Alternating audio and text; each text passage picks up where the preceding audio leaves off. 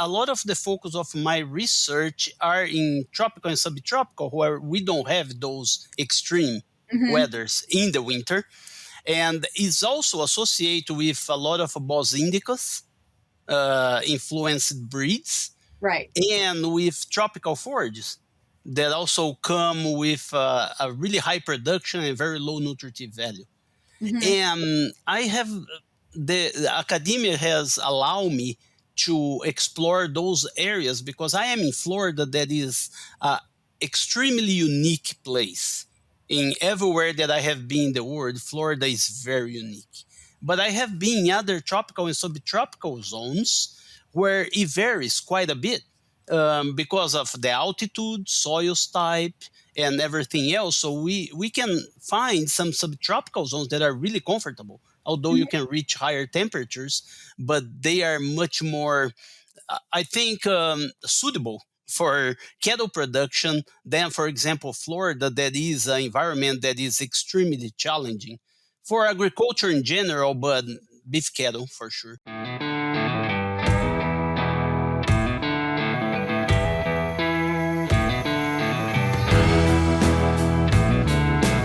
Welcome to the Beef Podcast. I am one of your hosts, Brandy Buzzard, and it's my pleasure to bring you the trending issues and topics with the best and brightest minds of the beef industry.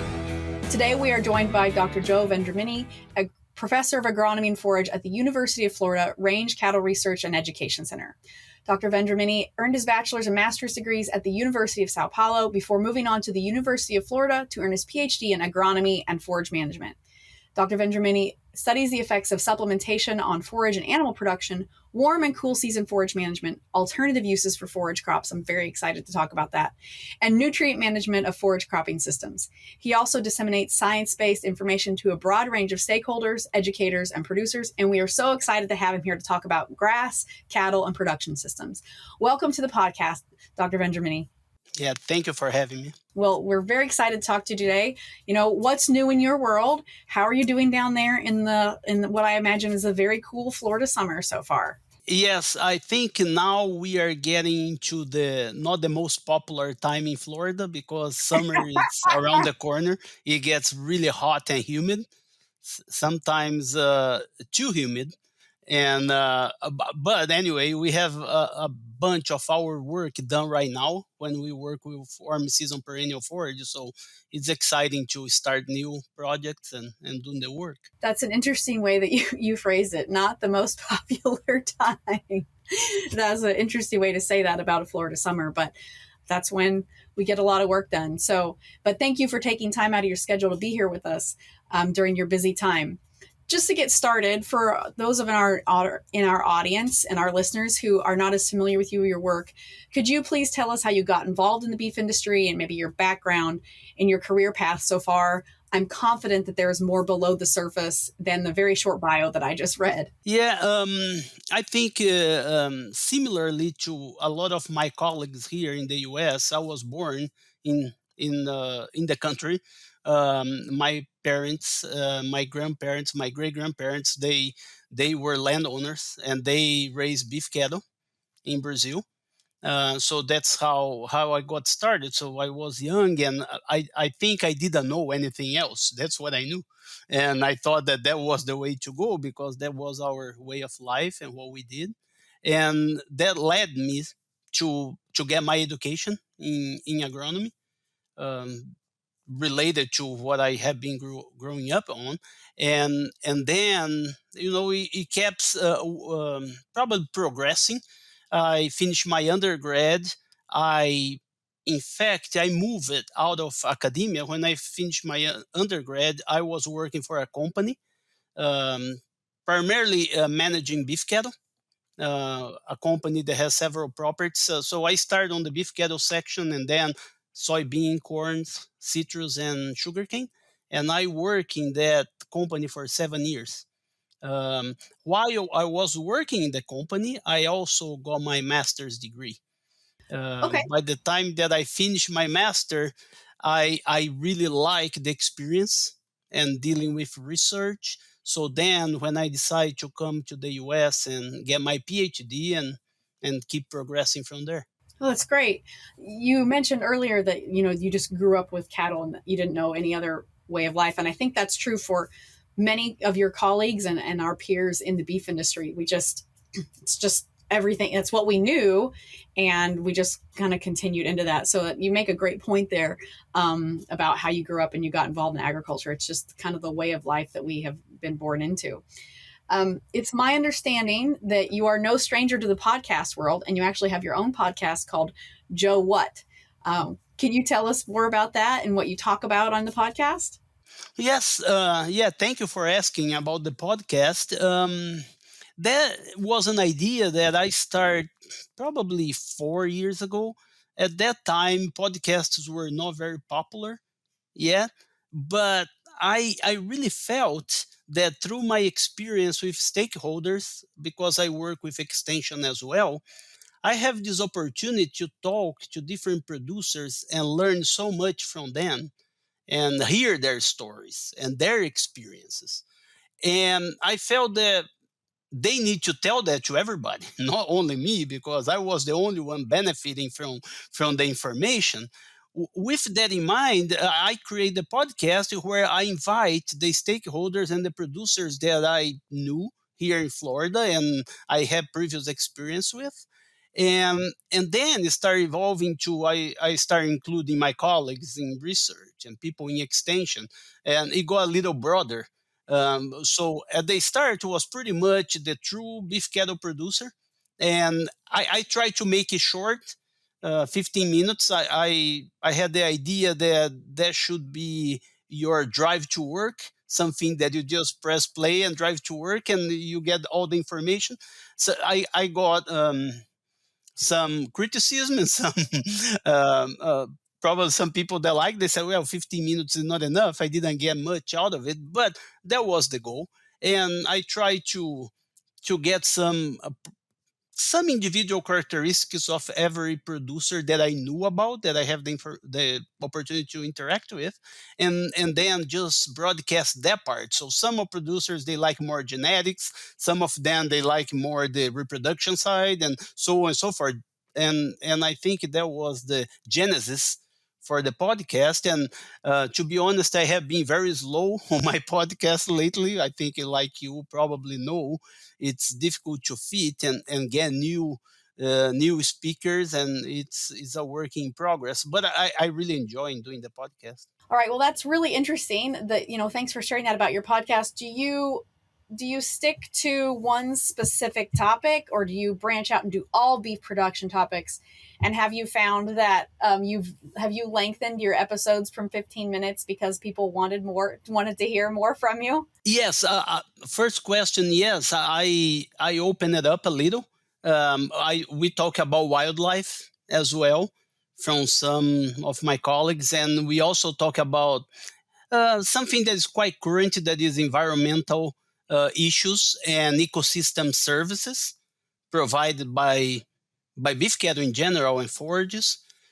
So I think it has been quite interesting to add that to to the topics, because I think a lot of people are interested in those. So yeah, we talk a little about other things related to beef cattle production, such as horses and and things that people enjoy. And I didn't change the 15 minutes because I didn't want it to go off off the record and start changing, so people don't know what they would expect. As I start with the 15, I decide to stick with the 15 minutes and go from there. Well, that's really interesting, and I hope that our listeners will check out your podcast. And again, that's called Joe What, so they can go look at that and get a nice little episode about a wide variety of topics. I think you mentioned we talked about you're in Florida and it's very hot and muggy. I actually live in Southeast Kansas, where it also gets hot and muggy, but probably, not the level of Florida. But today we have a nice day, and tomorrow, for our listeners, we're recording this the last week of June. But tomorrow and the following few days are going to be over 100 degrees. That's the actual temperature, not the index. I don't even want to think about the heat index. And while that is certainly hot for us in late June, we usually don't get those temperatures till late July or August. It's not tropical by any means. I know that you have done a lot of work in tropical and subtropical beef production. Can you share a little bit how cattle producers manage cattle successfully in this wicked heat and humidity, from your perspective and where you're at? Yes, yeah, that has been a big focus of my program. As you know, most of the United States land is in temperate zones. Hmm. So they have a different management regarding cattle breeds and forages and feeding and weather, right? Most of the regions they have snow, they have really cold winters, when a lot of the focus of my research are in tropical and subtropical, where we don't have those extreme Hmm. weathers in the winter, and is also associated with a lot of Bos indicus influenced breeds Right. and with tropical forages that also come with a really high production and very low nutritive value. Hmm. And I have the academia has allowed me to explore those areas because I am in Florida, that is a extremely unique place. In everywhere that I have been in the world, Florida is very unique. But I have been in other tropical and subtropical zones where it varies quite a bit because of the altitude, soils type, and everything else. So we can find some subtropical zones that are really comfortable, although you can reach higher temperatures, but they are much more, I think, suitable for cattle production than, for example, Florida, that is an environment that is extremely challenging for agriculture in general, but beef cattle for sure. It's interesting. You said you don't have those extreme temperatures in the winter, so that's great. You don't have blizzards and things like that, but you also don't have any cold weather to kill the bugs, and that's very important. Where for me is I don't want the bugs year round. The mosquitoes are back, and I really don't like it. So, but I'm interested. Not that sorry to take us off on a tangent, but you were talking about very productive but low nutritive forages. So, can you talk a little bit more about that? Like, what kind of forage is that? Are you speaking about? Because that's going to be very different than something that I have here in Kansas or we have in the Great Plains. So, could you talk a bit more about that? Sure. Yeah. And I can tell you about the whole Florida, and then there is a more unique side that is where I'm located because I am south of I-4 and about 3.5 hours north of Miami. Okay. So in this region, really tropical forages can be perennial Oh, because we have almost no winter, right? When right. you go to North Florida, that will be close to South Georgia, close to Alabama. Some of the species that I will talk to you, they will not be persistent there. They will die because even though they will have like 10 cold days a year, Hmm. nights that will be below 32, Yeah. and then those forages may not be perennial like they are here. So I would talk to you about this general Florida and then specifically about this subtropical, almost tropical region that we are at right here in South Florida. That sounds Um, great. and if you talk to everybody in the nation, they will know about alfalfa and tofesque, right? Yes. Those are very popular. So you talk Yeah. I live in Fescue country. exactly, and that's what everybody's comfortable, and that's what they know. And we don't have either one here. Okay. So yeah, so that is not a problem for us at all. But it's also a challenge because you go to professional meetings, right?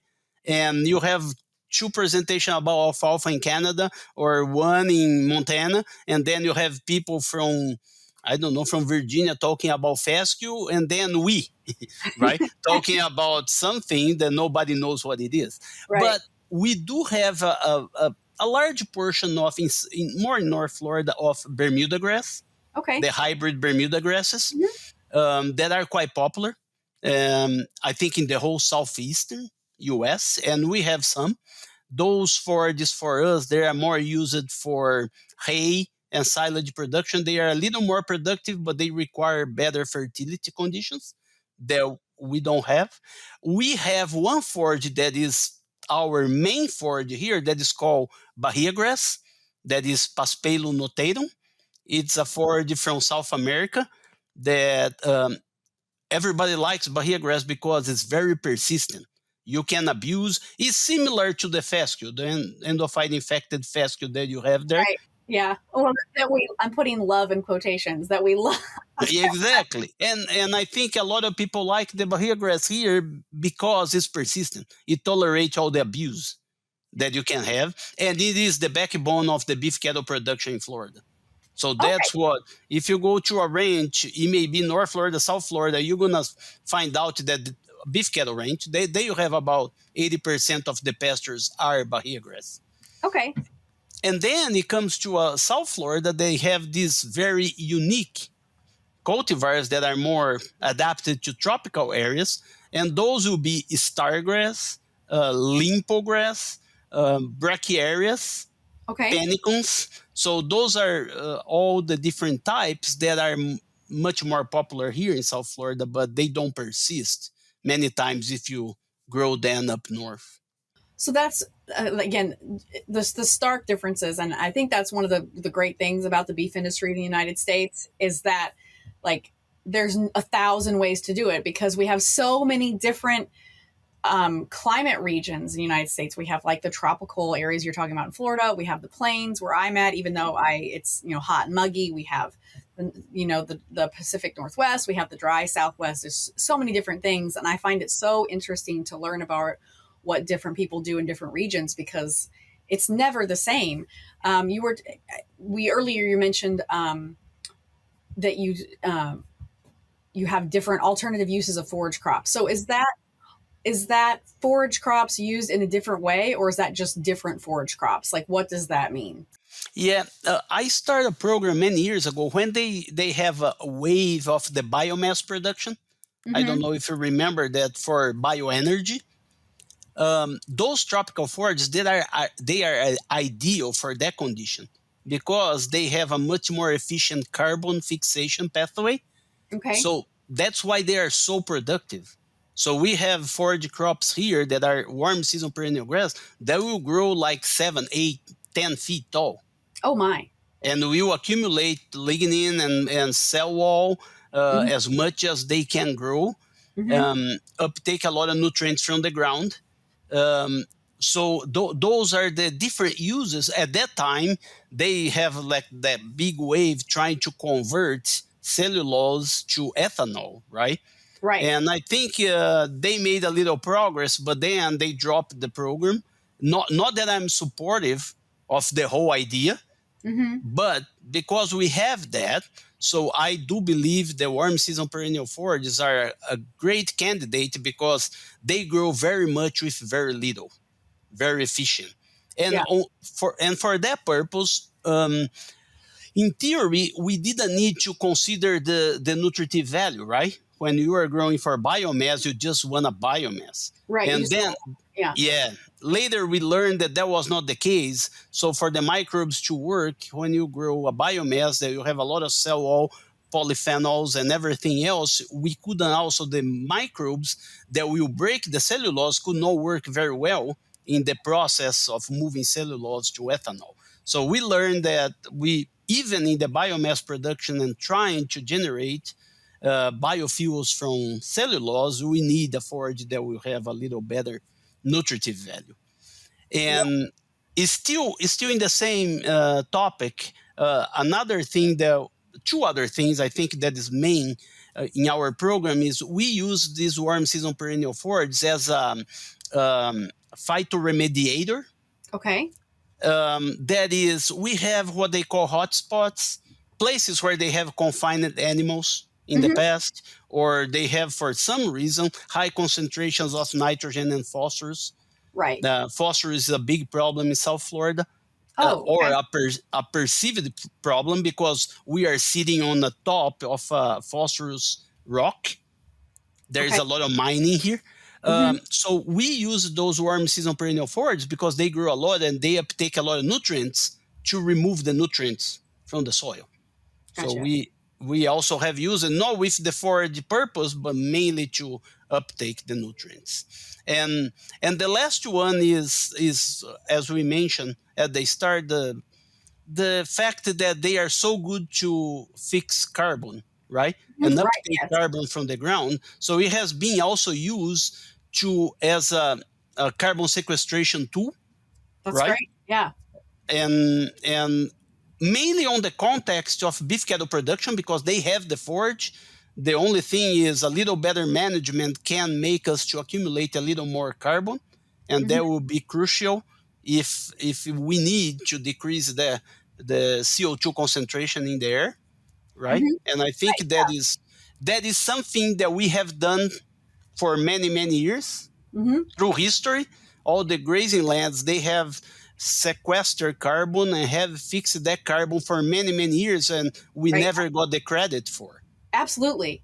And now it's one part of my program is also to report those benefits. Oh, that's important.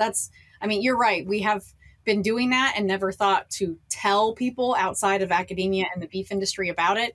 And we're now at the point where we need to share that what's actually happening and what we've been doing for a long time. Is that part of your research now, sharing that outside of academia, the carbon sequestration and sharing those findings? Yeah, absolutely. I we have, at the research center we have like a multidisciplinary group. So Hmm. there is a soil scientist here, Dr. Maria Silveira, and she is pretty much an expert in carbon. Okay. So that is her main focus. So I come in the program with the forage portion, Hmm. and so we work together to. So she does a lot of the soil measurements and the fractionation of the carbon and determination of carbon emissions, so on and so forth. And I come with the forage management to put together the whole program. I think that's an important component that you just spoke about, that she's the soil side and you're the agronomy side and you work together. That research, I mean, like, the beef industry is complex, raising cattle is complex, and so is research. You can't change one thing and it not affect another piece. And so I think that's something we need to be more vocal about, is how different segments of and aspects of beef production intersect with each other, and that there's a trade-off. There's not a blanket solution for problems, that there's a trade-off to things, and you have to be aware of the trade-offs when we're looking for new methods or improvements of things like that. Yeah, I agree. Yeah, we still, because we walk with hats and boots, I think that still create a little barrier, translating from our environment to the general public.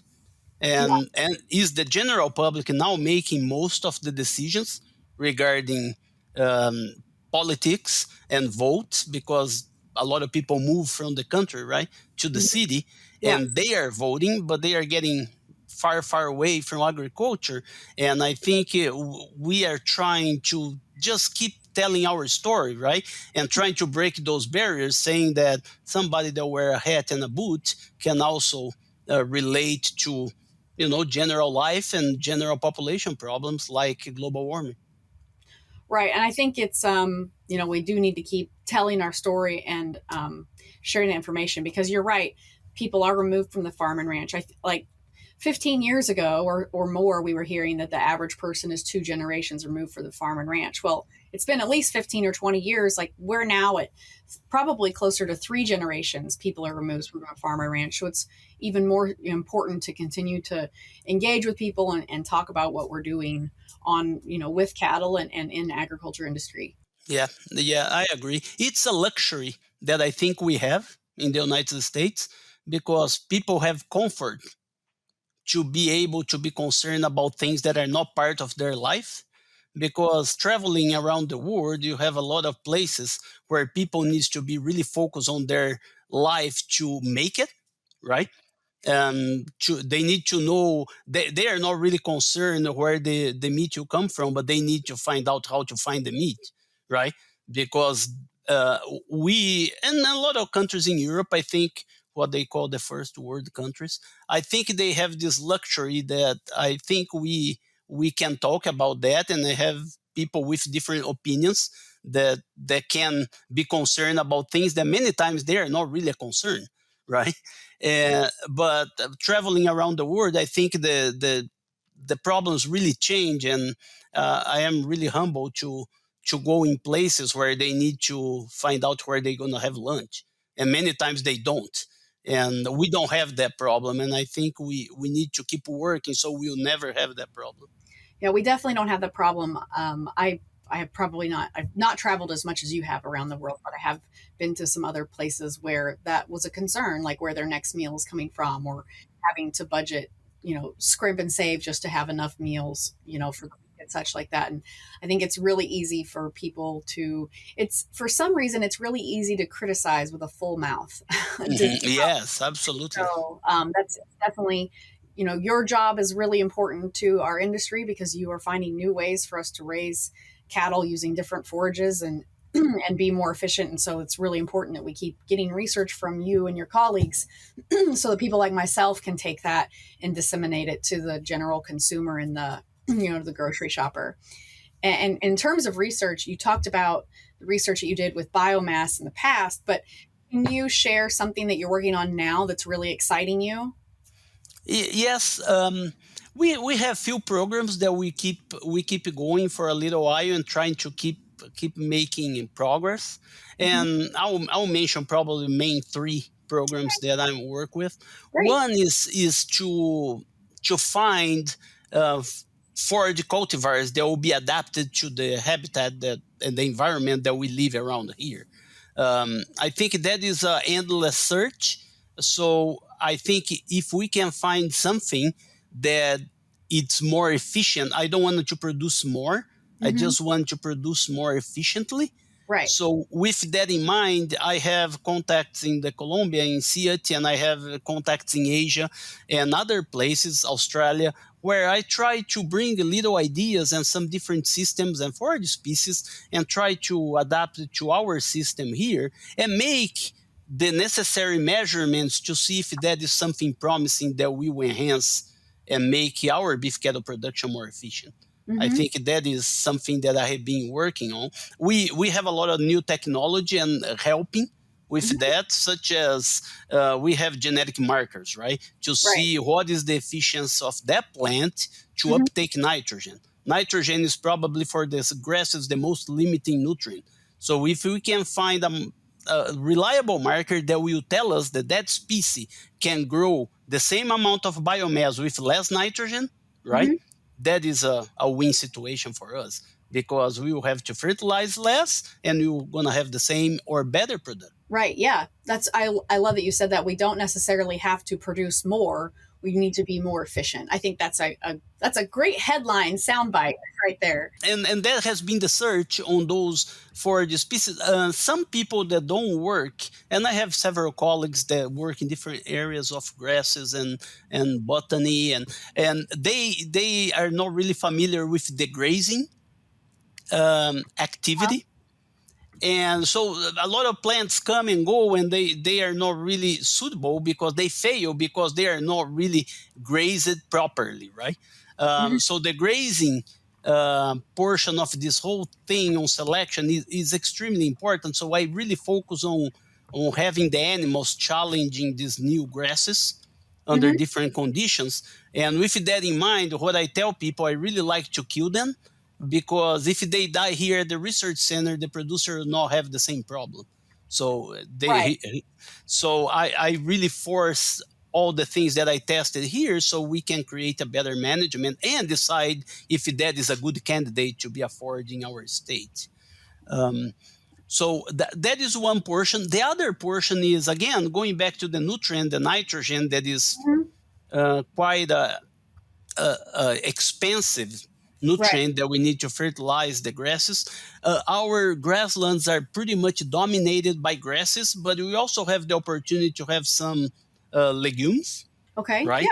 Yep. But again, it's unique from here because we here have very little opportunity to have cool season legumes during the Okay. cool season. Right. So Yeah. we don't have white clover used to be here is not anymore primarily because we don't have enough water to Okay. make it grow properly in the winter for us. So we don't have a really reliable legume that will fix nitrogen and help us to Hmm. supply part of the nitrogen that we need from atmospheric fixation.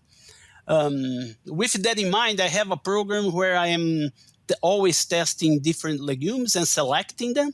Hmm.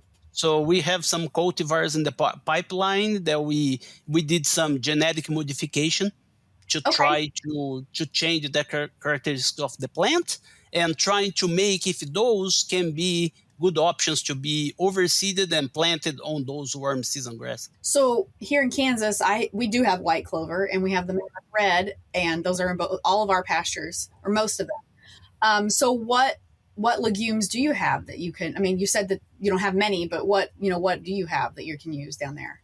I would say here in North Florida, when you have a little more subtropical, you can still use white clover, crimson clover, red clover in the winter. Okay. The growing season is not probably as long as in other places, but it's viable. It's a great management. But here in South Florida, where I'm at, they don't grow here. Just none.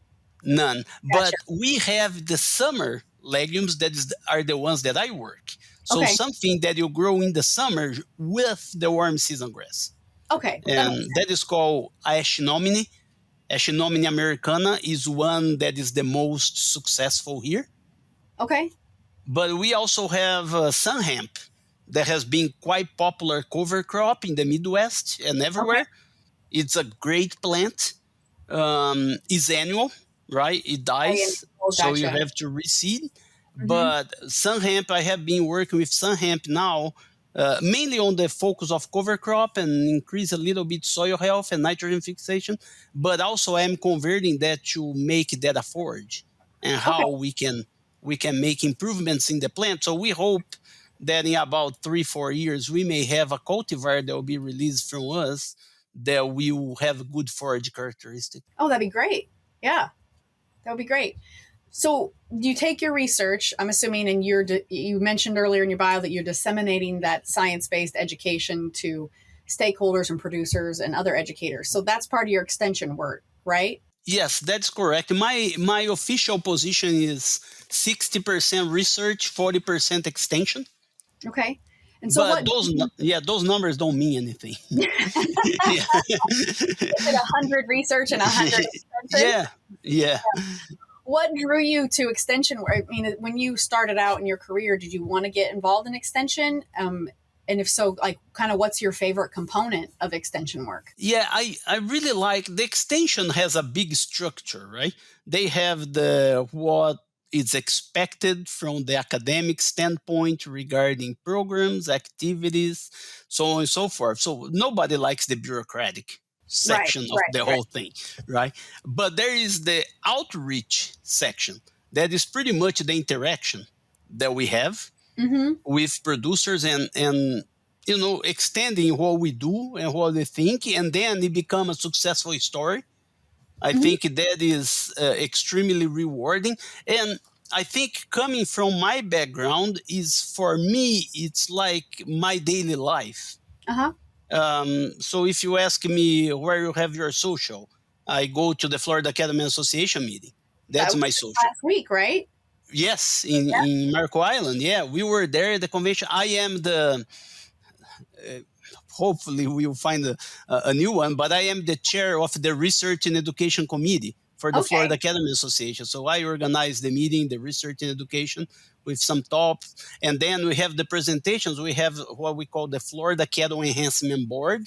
Oh, okay. That is funded by the legislator. That is a program that funds research and extension programs in the state of Florida. Okay. So we also put together like a mini symposia where the PIs from the projects from the Florida Cattle Enhancement Board come and give the presentation about what they're doing with the funds and the research. And it goes again from soil health to cattle genetics, heat tolerance. So we have all different topics, and it's quite exciting. But as I was telling you, so the extension or the outreach and the interaction with producers, I think it has been something natural for me that I really appreciate and enjoy doing. That's interesting. This is just a side note, but last week on the podcast, I interviewed Dr. Nicholas Di Lorenzo, and he was at the Florida Cattlemen's meeting while we did this interview. So there's a lot going on in Florida right now in the summer, but that's a big job to organize all of that, the scientific, the research and all of that. And I can only imagine how many different topics there are that you're not only researching, but then you're trying to disseminate that information. So when you're not doing all of this research or organizing it or talking to producers in extension work or working with cattle or recording podcast episodes, do you have other things that you fill your time with? Do you have any fun hobbies that you want to share with the audience? Um, well, I have two daughters. They are 15 years old. Okay. So they are at the prime of their extracurricular activities. Uh-huh. So that became part of my life. Right. So I really participate in all the volleyball tournaments and ballet recitals that we have around. So that is, I think it's a big part that we really enjoy, my wife and I. So I prioritize those. Right. And when I'm not doing that, for many years, I have been involved with horses as well. Great. So, and I have my horses. And when I have time, I go to some reining competition. Oh, okay. Reining horses. Yeah. Yeah. So it's a great way to spend money. but it is almost a sickness, but I really enjoy being around the horse. I think it's more than a hobby, it's a therapy and something that I really have enjoyed for many years. So I think it will not go away. I will die doing that. So. I completely agree. We're on the same page. I have rodeoed my entire life, and it's an addicting hobby, passion, therapy, whatever you want to call it. I completely agree with that. Are other members of your family involved with the horses with you, or just you do that? No, I do by myself. They are not really excited about the traveling and the heat and feeding and cleaning. So and they don't bother me at all. So, because it becomes so expensive that I think just one sick person in the house, I think it's sufficient. That's true. My husband is not sick either. And Yeah. I think about how much it would cost if we were both sick with it. But my daughters love it. So we're going to be in that chapter soon. So, Yeah. well, that's great. It sounds like you have a very, very full schedule and very meaningful work that you're doing. We have a time and labor-saving product for you. Beef and Dairy Agri-Slat by Healthy Farms is your solution. No more lugging jugs around the barn every month. With Beef and Dairy Agri-Slat, you simply drop the slat through the floor twice a year, and it works to break down solids, reduces crusting and forming. To learn more, visit myhealthyfarms.com. We're here at the part of the podcast where we ask our guests the same 3 questions. And so they're not rapid fire. I'm not going to shoot them at you really quickly, but so we ask every guest these. So the first question is, what is your favorite beef or cattle related book? It doesn't have to be like a research book. My husband has a book called The Battle of Bull Runs that's about dwarfism in Herefords, and he really likes it. So I don't know if you have some obscure book like that you want to share with us. Yes, we have a Florida book that is, I think you probably have heard about it, A Land Remembered by Patrick Smith. I think Dr. De Lorenzo said that book last week. Yes, it's love it. Yeah, it's a very common book here, but when you are here in Florida and located where I'm at, so it's so illustrative. It brings you memories and make you to understand where we were and where we are right now, and how cattle fit in the whole process, right? Through many years, how important cattle has been and is still important here where we are. So it's such a great book. I think everybody that comes to Florida, they read and they love it. 2 guests in a row have said that this book is great. And so I had written it down when Dr. De Lorenzo had said something about it. But now that 2 people have said it, I'm going to add it to my Amazon cart because it must be that great. So what is a book that is not related to beef or cattle that you are currently reading or maybe is one of your favorites? I just finished reading the Countdown 1945. Okay. It's a book about the details on the Second World War. Okay. I like history books. Right. Yeah.